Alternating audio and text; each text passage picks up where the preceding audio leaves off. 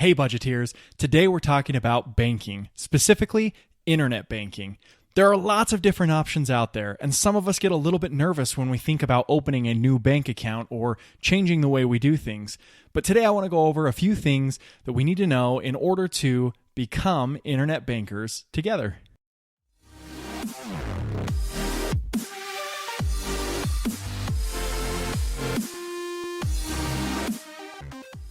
People join or change banks for all sorts of different reasons.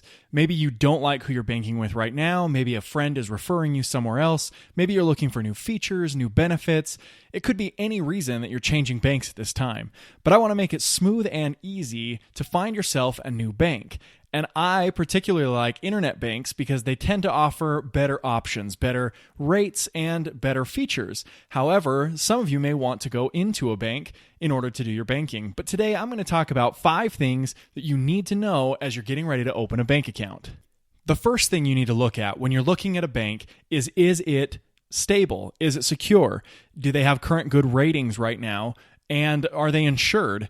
If you're going through a bank, you're probably FDIC insured. If you're going through a credit union, you are probably NCUSIF insured, which is a completely different title that most of us don't know about because most of us bank with major banks. But if you do bank with a credit union, you'll need to know the term. There may be some local insurance or other things as well. So hear them out if they tell you that they are insured and research and find out if they really are what they say they are. But you want to be insured because you want to know that if the bank does fail, you'll get your money back. The next thing that you'll want to do is you'll want to ask around, or if a friend is already referring you to a bank, maybe there's a reason. They've done something really good for them, or they have a feature that your friend really loves. But knowing someone who banks with that bank already is going to make your transition so much easier because you'll already know that there's something good about them. Or they'll tell you to steer clear and you can choose another option. The next point will take a little bit of research. You'll want to know the bank's fee structure system. Do they charge you a fee for not having a certain amount of money in their bank? Do they charge you a fee if you don't have enough transactions in a month? Do they charge you fees for going to the ATM or for taking money out places? That can be a big deal if you're doing internet banking because you can't always find a local branch. In fact, there rarely is one. I banked with Discover Bank for a long time. If you know the Discover credit card, they also have a banking division, and they only have one branch in Delaware. I'm nowhere near Delaware, and so I needed to make sure that I could pull money out of ATMs without having that extra fee charged.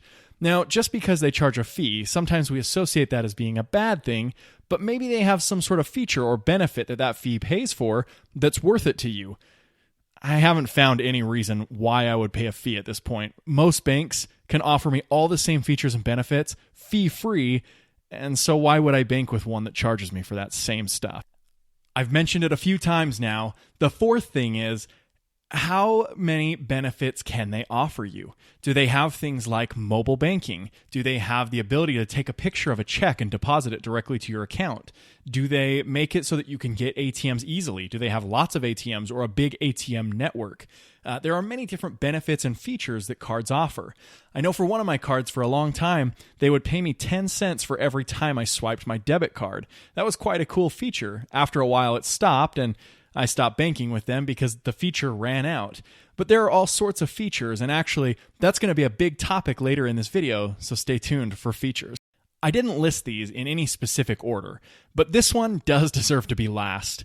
The APY, or your annual percentage yield, is the interest that you will earn on an account. Now, don't get that confused with your APR. That will have to do with your loans like credit cards or car rates. But APY is the term that you use in interest-bearing accounts that you're actually earning money on. So you'll want to take a look at your APY and see if it's anything decent. But I'll tell you this, in today's world, there are very few checking accounts that offer anything even near 0.5%. In fact, most banks offer less than 0.1% on an account. So I wouldn't be looking for too much, but it may be important to you. Maybe you do care to make that extra 5 cents every month. I know I sure love my 4-cent deposit in the month of January. Budget tips are always great, and these internet banking tips are amazing. This is exactly what you need to look at in order to make sure that you're getting into a safe, secure bank that meets your needs.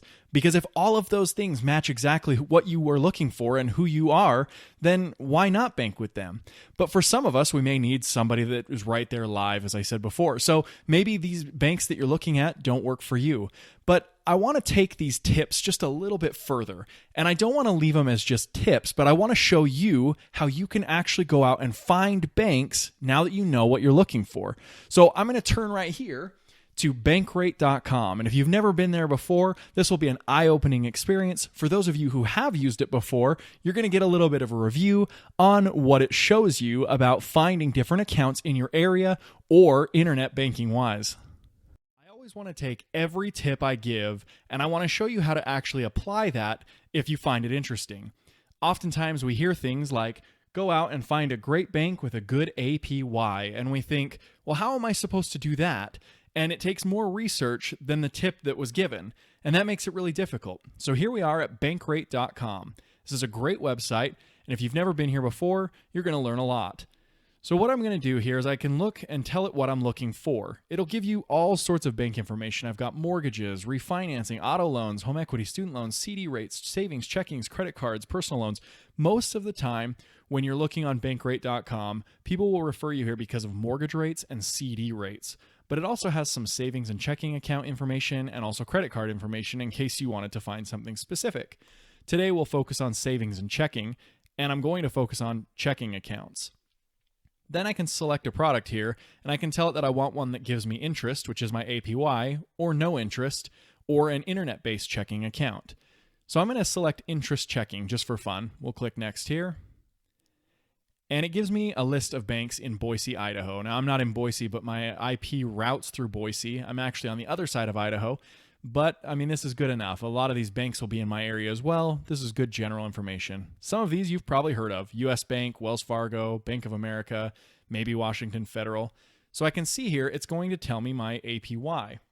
Some of the other questions that we were asking is, are there any fees? What does it take to open it? So right here, to open the account, $1,000, $100, $25.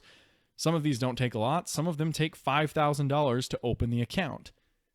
Next, are there any ATM fees? Well, I can see here that ATM surcharge is $0, $3, $3, $2.53, and $3. So all of these banks right here will charge me to use their ATM, most likely because they're local banks and they'd rather me go into their branch or into one of their locations instead of using an ATM. The other thing that I can look at is the APY. So it's right here, directly on here. Now you can tell, as I said, most of them are below 0.1%, 0.05, 0.01, 0.01.